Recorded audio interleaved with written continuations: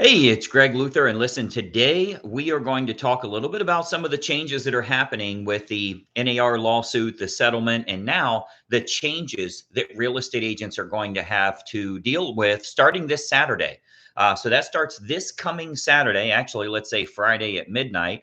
All of the buyers that you're meeting with, you are going to have some sort of compensation agreement signed before you begin working with them. And it specifically shows you or shows them what your compensation is going to be, how much money you're going to make. So that is our topic for the day today. Welcome to today's morning meeting. I'm Greg Luther, the one guy that meets with you every single week to help you in growing your real estate business. As long as you're following here and got your notifications turned on, you get those details on a weekly basis. Well, this is a big one. What's going on this week? A lot of agents have been in panic and that type of thing. It's very simple. You're just changing the way that you negotiate. It's not a big deal, but it's new, it's different. So a lot of people are nervous about that. With these changes that are happening where you have to negotiate your buyer commission with the buyer. Hopefully, the seller is paying a portion of those proceeds and paying you in the form of some sort of compensation or concessions is the word that they're using, that the seller is providing some sort of concessions towards that buyer expense. But be very clear about this. It is a buyer expense. Just like closing cost, an appraisal fee, an underwriting fee, that is a buyer expense. Yes, you can ask for the seller to pay towards some of that, but it is a buyer requirement. So, or a buyer's responsibility. So there's a lot of questions going around about flat fee real estate agents that'll just handle your paperwork for $999. There's a lot of questions about, can I do it at 2%? But if the seller will give me more, I can just change it. No, that is obviously an ethics violation. You will lose your license for that. Just because there's extra money laying around doesn't mean you get to keep it. So I wanted to talk a little bit about that. And most importantly, make sure that you are compliant and you do have the things that you need moving forward. So the people you meet with this weekend and beyond, you handle this the right way. And more importantly, you build value around what they do so that they do, in fact, want to work with you. So that's going to be our topic here today. And I wanted to ask everybody, let me ask you your opinion on this. Do you think buyer agent percentage or buyer agent commission, the compensation we get for representing buyers, do you think that average paycheck is going to go up or go down based on all of these changes that are happening? Let me know in the comments here what you think. Do you think compensation average is going to go up or go down? As an example, if it were 2% in your area or 2.5 or 3 or whatever that number is, do you think that average will go up or down with all these changes that are happening, the other agents that are in your marketplace, the lack of preparation really that a lot of agents have here? Because if you don't know how this works, if you're worried about the changes that are happening, you can go to a meeting at your local board of realtors and leave there pissed off and more confused, fighting with everybody that's in the room about what this really means because they are lost themselves. You can challenge them on that. You can say how you are reading the rulings, how you believe this should work. And ultimately, they'll say, call legal, check with the attorney, because they have no idea themselves. So they let themselves off the hook by saying, why don't you call the legal department and ask them? I have, over the last 5 days, I've received 3 emails from agents that are in the exact same MLS. I've received 3 emails that they've been told 3 different versions of how it's going to happen from the exact same MLS. But it's very clear for us, build value around what you do where they feel like they need to have you as a buyer's agent, and they will sign an exclusive with you and they will pay you. And if they don't have the money, just like closing costs, you can negotiate to have that paid because you say you're a good negotiator. So hopefully you're doing a good job with that. But there's some massive changes happening. And unfortunately now, at least for the first year, maybe, a lot of the agents in your area are going to be operating in a much different fashion, all of them doing it a different way. As an example, some of these states and some of these MLSs started this 2 weeks in advance, and others started it a month in advance. And what we're seeing now is we're seeing closings where the listing agent got 5 or 6%. And then the buyer's agent came in and negotiated another 2 or 3 for themselves, not out of the listing agent's commission, but out of the seller's proceeds. So yes, the seller paid 5 or 6% and then paid an additional 2 or 3%. Thank you, Department of Justice. Thank you, court. Thank you, lawsuits that we've been dealing with. This is not the way it's supposed to work. This is not as transparent as it used to be in the past. However, we play with the cards we're dealt. So it's our job now to simply take care of the way we handle our own business. We can't be responsible for what everyone else is doing. But this is, in fact, going to be the wild, wild west for a little bit of time here until everybody figures out the right way to do things. So my job as your coach is to show you, here's what you need to do for yourself. How do you attract the business you need? How do you convince them that you are their best option, that they shouldn't be dealing with just going to the listing agent or dealing with other agents, dealing with 3, 4, 5 different buyers agents? Lots of questions are coming up now because they're like, they have to sign the form before they can see the home. So they signed one with you, and they signed one with the other guy, and they signed one with a third real estate agent as well. Which one is going to get paid? There's a case in Florida, right? It's not a case, it's a situation in Florida where 3 different agents had an agreement to be paid, and they ended up going to the listing agent to do the deal. 3 different agents. So, like, who gets the fee? This is becoming the wild, wild west. The way that we fix that for you, for your individual situation, is we handle your business the right way. What you're going to do is you're going to build a value stack. Write that down, a value stack based on what you offer, the exclusivity that you offer, the access that you offer, the homes that you can get them that nobody else can get them, the negotiation tools that you have, the way that you're able to negotiate the entire transaction, not just the price. The price is the least thing that you're worried about negotiating, and being able to present that in a way that they want to work with you, they want to work with you exclusively, and they're willing to compensate you for that at a fair market value. Whatever you determine is fair to you. By doing this, we win and we can do a better job. I think we can police ourselves a lot better than we can police everyone else. When you look at what's going on, the whole lawsuits that happen. I don't know if you guys saw this or not. By the way, I'm recording this today live, if you're on YouTube live, August 13th. Yesterday, NAR was served with another lawsuit. Yesterday. You know who's suing them? Their members. We knew it was coming. We knew that was going to happen, right? So just yesterday in the state of Michigan, brokers and agents sued NAR for essentially being forced to be a member with them in order to get access to the MLS. The MLS is individually owned, but we're forced to be a member of the mafia. Like, you have to pay in or you don't get access to this other company's stuff. Their contention is you're forcing us to be members. And frankly, our membership is far less valuable now that you're not protecting our commissions. So who knows what's going to happen? Who knows the merits of the case? I haven't read through everything yet. Obviously, real estate agents, I get hundreds of emails a day from people showing me what's going on in their own local marketplace. But that was just filed yesterday, and that is specific to Michigan members. So I'm guessing there's going to be 49 other lawsuits they'll be defending as well very, very soon, especially if this one gets traction. Now, I don't know anything about legal. Consult your own attorney. What do I know? I'm a dude on the internet.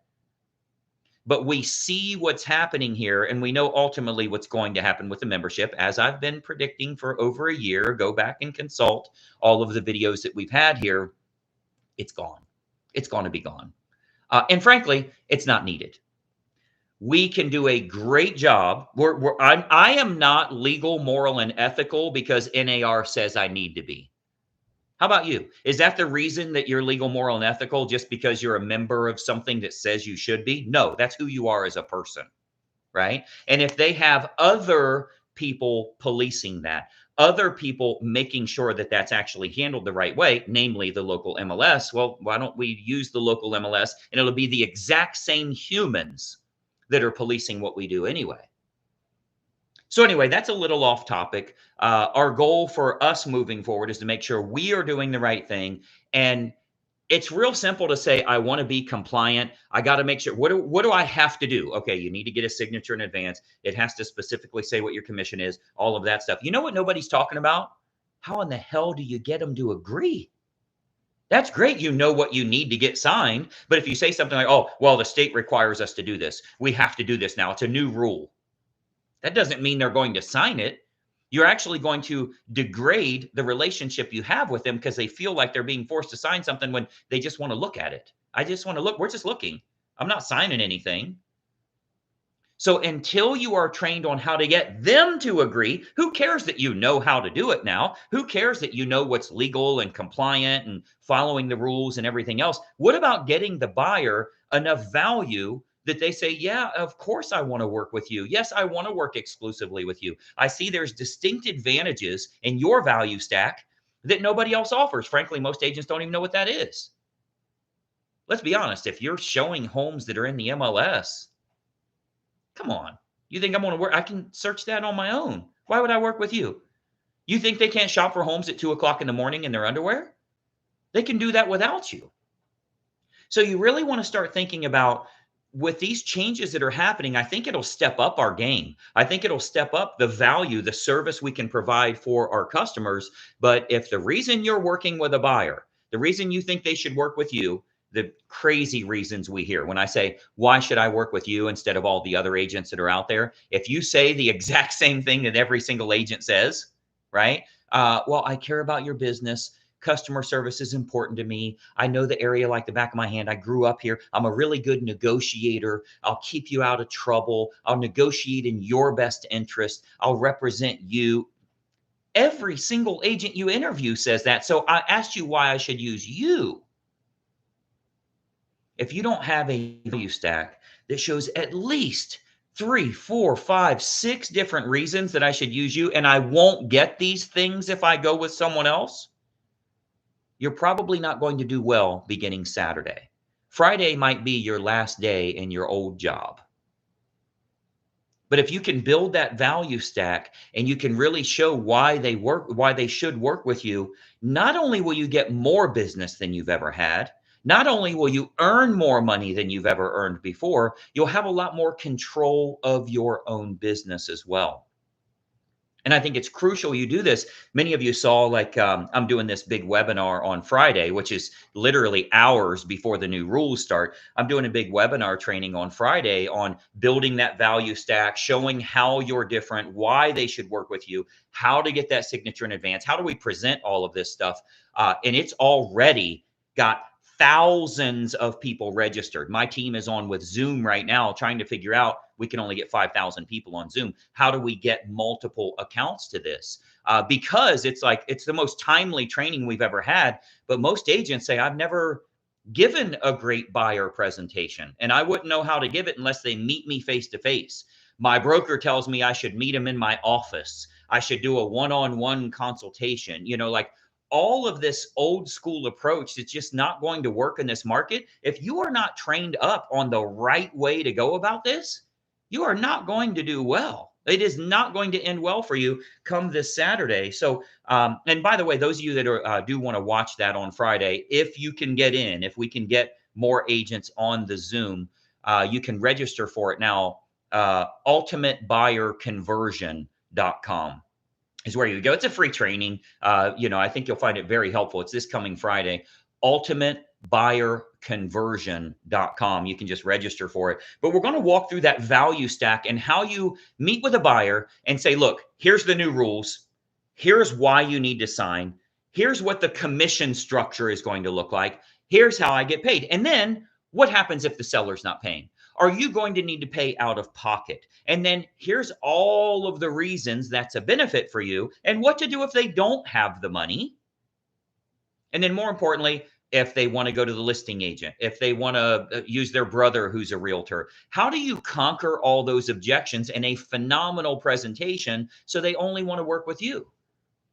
But that's the craziest thing to me as I prepare the presentation here. I'm thinking, like, say I were in a lawsuit, well, let's use NAR as an example. NAR is in a lawsuit, right? So let's say NAR just got sued by realtors and brokers in the state of Michigan.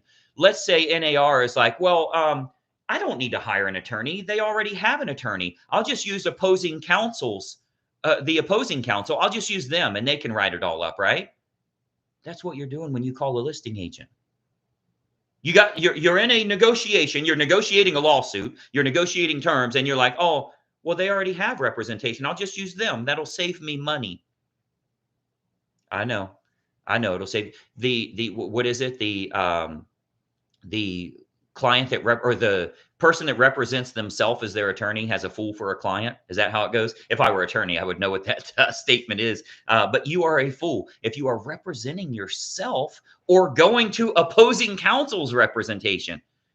Do you know how to present that in a clear way that's understandable by the buyer so that they see value in what you do? And then more importantly, do you provide them access to unlisted pre-market homes? If you think, oh, we don't have that in this area, I don't know how to get that. That's why the other agents are selling circles around you. Do you really think when you pull comps, you should pull comps from the MLS? Do you think that's even half of the transactions that happen anymore? Do you remember 7 years ago when I said that the MLS has 7 to 10 years left before it's gone because there will be no MLS needed? It's well on track. It was 7 years ago. Go back, look at the videos. It was 7 years ago. I said we have 7 to 10 years. There will be no MLS. We are well on track for that to happen. It is very quickly getting to that point. If you think that you're pulling comps from the MLS as pulling all of the recent sales, you are so far wrong. Do you think the professional home buyers, the more savvy home buyers, do you think they're buying homes that are listed? No, that's what the agents that have no idea. They're like, well, I'll represent you. Are you looking at 550 to 600,000? Let me run a little search on my magic computer. Dude, it's the same search they can run without you. What are you doing? Searching for them? It's not needed. You have to have a specific value stack list of reasons why they should work with you in lieu of all other options. If you do not have that, you are truly a commodity. And let me tell you what's going to happen. You're already seeing it, and you'll certainly see it beginning next week. You are replaced by flat fee companies that'll just handle the paperwork. You are replaced. Your business is going to fail if you're just thinking they're going to work with you because somebody needs to represent them and you're just going to get paid whatever you get paid. If you don't realize that, you look at some of the Facebook posts that I've made here over the last week about this, I don't care what the seller is offering. What are you talking about? Why would that be of interest to me as a buyer's agent? If I'm a buyer's agent, I don't need, it's not in the MLS. Why would I call the listing agent to ask what the seller is offering? Why in the hell do I care? It ain't what I'm asking for. I also know what they're offering for the sales price. I don't care about that. I also know if my buyer needs closing costs. Oh, we can't buy that home. The seller's not offering closing costs. No seller offers close. I don't give a damn what they're offering. I'm a good negotiator. If I were to call and this seller says they were paying 0%, they're not paying. If they want an agent, they can pay it on their own. Why would I pay for another person's agent? Okay, thank you. I'm still showing the home. I'm still selling the home. If I call the next one, he says, well, I'm only paying 1%. If they want more than that, I think you guys are overpaid. If they want more than 1%, they can pay it out of their own pocket. I'm still showing the home. I'm still selling the home. If they say I'm paying 3%, I'm still showing the home. I'm still selling the home. I don't care what they're offering. It's not what I'm presenting. Do you remember that we have a new lawsuit that shows a settled lawsuit that shows commissions are negotiable? I know what I want. I know what they say. I know what my buyer owes. We're going to negotiate. That's what we do now. And I've seen so many times agents have their normal way of practicing real estate and they think that's the way it works here. My area is different. I can't tell you how many agents really believe their area is different. I wish if I would have prepared for it, I would have had it out here. I could show you that I actually have it framed because everybody says it all the time. Well, Greg, in my area, you can't have the commission as part of the purchase agreement in any way. You can't negotiate your commission while you're negotiating the purchase. Do you have commercial in your area? Does commercial have the exact same real estate laws and licensing and continuing ed and everything else, whether you're commercial or you're residential? There is nothing different. And for decades, commercial has been negotiated in that deal as well. For decades, that has been the case in your state. Now, I know what has been the norm. I know from a code of ethics perspective, I know that our money shouldn't stand in the way of what they're doing. But look, this is what we got now. This is how we are forced to run our business. And it doesn't matter if you have it as a separate addendum, it's still an addendum to the contract, which means an additional page. That's what it means. It's still the contract. It's an additional page to the contract. So if you are not prepared for this, first of all, it doesn't matter what the legalities are or how you're going to do it if you can't get a buyer to agree to pay you in the first place. Why does it matter when you present it, how they sign it, what the agreement needs to say? What happens if it's 2% and they're paying 3%? What happens if it's 3% and they're only paying me 2%? What if the buyer doesn't have the money to pay me out of pocket? Why does that matter if you can't get them to agree to work with you exclusively anyway? Why are you so worried about that instead of worried about stepping up your own game, your own offer, and how you present yourself so they want to do business with you? Yeah, for those of you that it should be in the comment section there asking about Friday, ultimatebuyerconversion.com is how you will register for Friday. And again, please be clear, there's a good chance if you're not logged in at least 5 minutes early on Friday, there's a good chance it's going to be capped. And it'll say, as again, like I did last time, it's going to say webinar is at capacity. So you'll want to log in a little bit early. I'm doing it for free.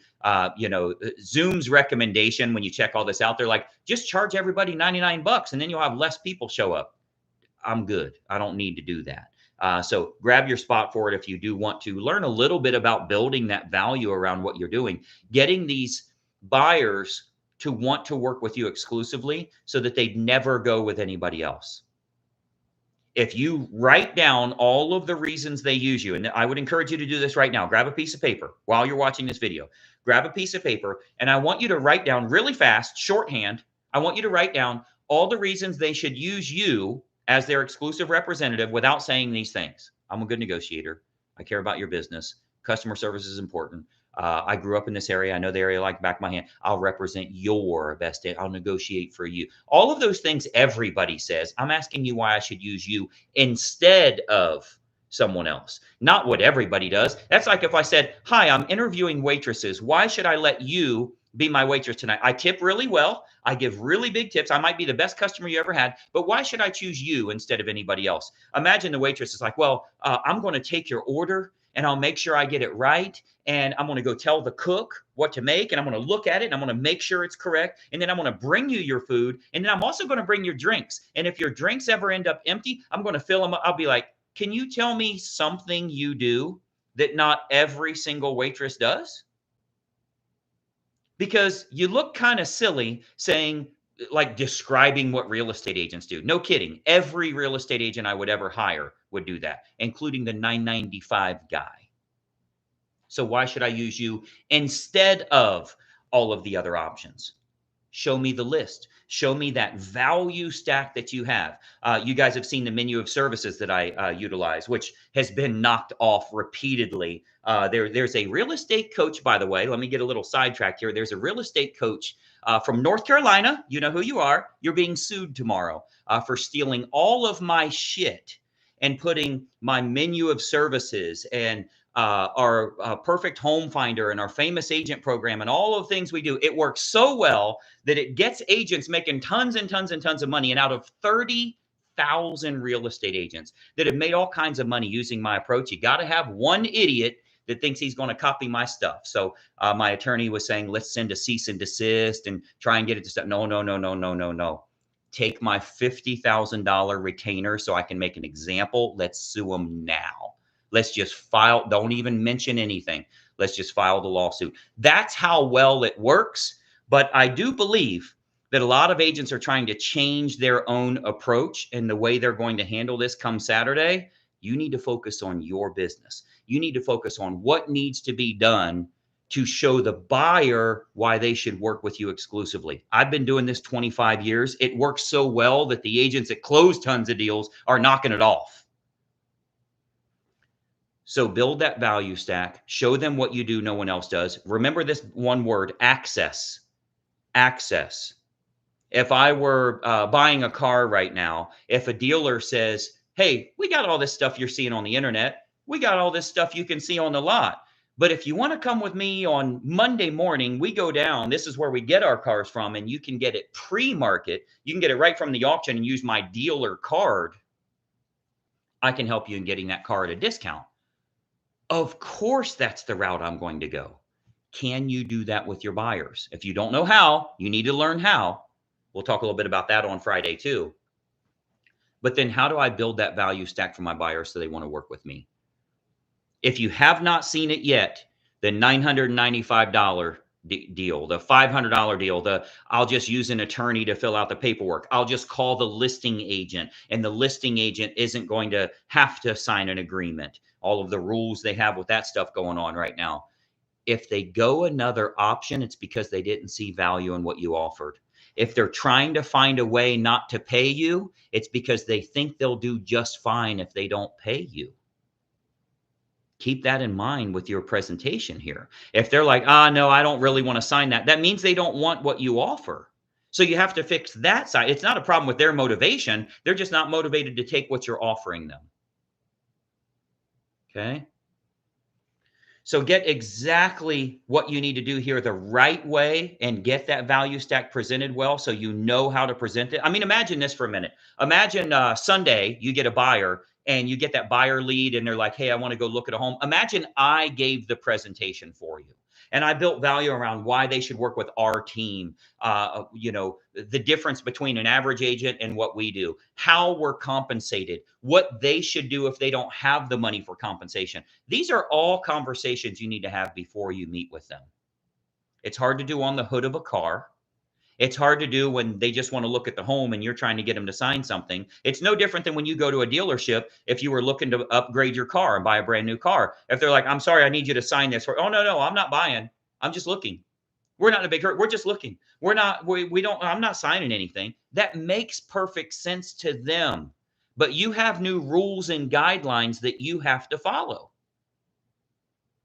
So think about how you're going to present that and what that buyer presentation looks like.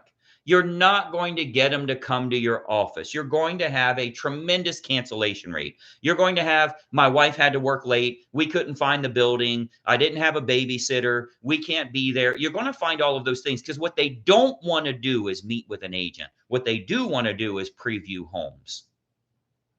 So like if I told you you had to meet with me today, no, but I can get you to show up on the internet. So why don't we do that? Why don't you do it that way? It's very, very simple to give a value stack presentation if you're going about it the right way. What you're not going to do is listen to your broker that says, oh, if they're serious, they'll come. No, they got a billion options now, dude. What are you talking about? If they're serious, they'll come. No, that's what you want to happen. That's not how the real world works for those that are trying to operate in high volume. Now, you'll always hear agents that are selling 2 deals a month, 24 deals last year, and they talk about how they operate. Well, that's the reason you will be selling real estate when you're 113 years old. We're trying to get rich by helping a lot of families, not by helping 1 or 2 a month. We want to help as many families as we can and build that word of mouth advertising and the greatest agent I've ever had and found me homes that nobody else could find and got me the best deal and eliminated my need to ever be in a multi-offer situation. Why would you do that to your buyers? Why would you sell your buyers a home where you know there's 5 other buyers on the home? Why are you doing? I would rather my buyer negotiate against the seller than to have my buyer negotiate against other buyers. Let me give you that again. If you're selling a property that's not yet on the open market, the buyer is negotiating against the seller. If you sell a home that is on the open market and it's desirable and it's priced well, the buyer is negotiating against other buyers. Let me assure you, after Saturday, there's going to be one person that loses in that deal. It's going to be you. You're going to sell a lot more homes. There's going to be a lot more deals that don't go into contract, and you're going to be beat up on your commission every single time. If that guy will do it for 2, that hurts you. But you know what the problem is? If you go down to 2, the next guy will do it at 1.5. You know what the problem is? If you go, that's the path that you're going to be on. So I want you to think about what you're doing, how you're presenting yourself, and are you positioning yourself to be on that downward race to the bottom? If you're in multiple offer situations, if you're dealing with buyers that haven't received a full present, they're not going to see value in you. If you work with them, if you find the home for them, great, they'll work with you. If you don't find the home for them, they're not dealing with you. There's no value in dealing with you. You'll be used if I can use you. You won't be used if there's no benefit to me. And that's how the general public's going to look at it. And as you start to see, hey, you don't need to waste 3% out of your pocket. You don't need to waste 2% out of your pocket. Just work with me. We charge a flat $9.95 fee. That is coming back. It's already here in the states and the cities that have been operating this way for the last month. And I think you'll find that you've got to step your own game up. I do believe, as I saw in some of the comments here, that an awful lot of this is value going up, commissions going up, doing well that way. I don't think we're going to have a downward pressure for us, but I think a lot of agents are going to be leaving the business. I said last time, at least 50%. It'll probably be more than that. I'll readjust my prediction on that here soon, but at least 50%, many of which are already gone, are going to be leaving, have already done so. You won't know it until their dues come up again. Let's be clear about that. I don't care what your MLS says. I don't care what NAR advised you. Well, NAR's legal team told us that we could. NAR's legal team got them in this freaking mess to begin with. You want to listen to them? You think that, listen, I know somebody that can teach you how to be great in breakdancing. I probably wouldn't listen to her. That's probably not going to work out well for you. Just because you think they're an authority, they might be an idiot. So think about the way you're handling your business, what you're going to do to promote yourself to the buyers. That's great. You can be legal and have them sign and follow all of the rules. But what if they don't see value in that? That's the big issue nobody's talking about. We'll talk about it on Friday.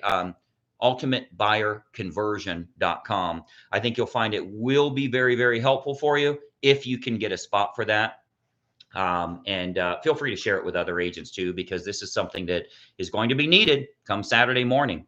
You have to go about your business the right way. I think the team just put it down in the chat there, so you can grab your spot for that. And hopefully you're following this page and you've rang the bell. I think it's so crucial that you do get the advice you need. I'm going to have a lot of examples of what these agents are doing so you can learn from those that are winning in this market. We don't need to hear all about all the people that aren't doing well. We need to hear from people that are crushing it in today's market. So you will be seeing a lot of that moving forward as well. If this is helpful for you, smash that like button right now or the heart button.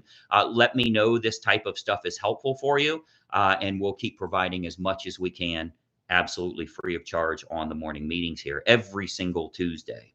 So I know I rambled an awful lot today. I've got to send an email to our list. I promised I would send an email out to everybody. So you will see that in about 10 minutes for those of you that are watching live.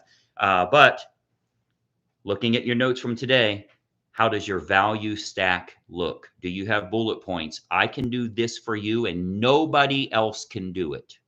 If you don't have that, you're not going to earn the kind of money that you need to have. Thanks so much for watching. I'm Greg Luther, and we'll talk to you soon. Bye-bye for now.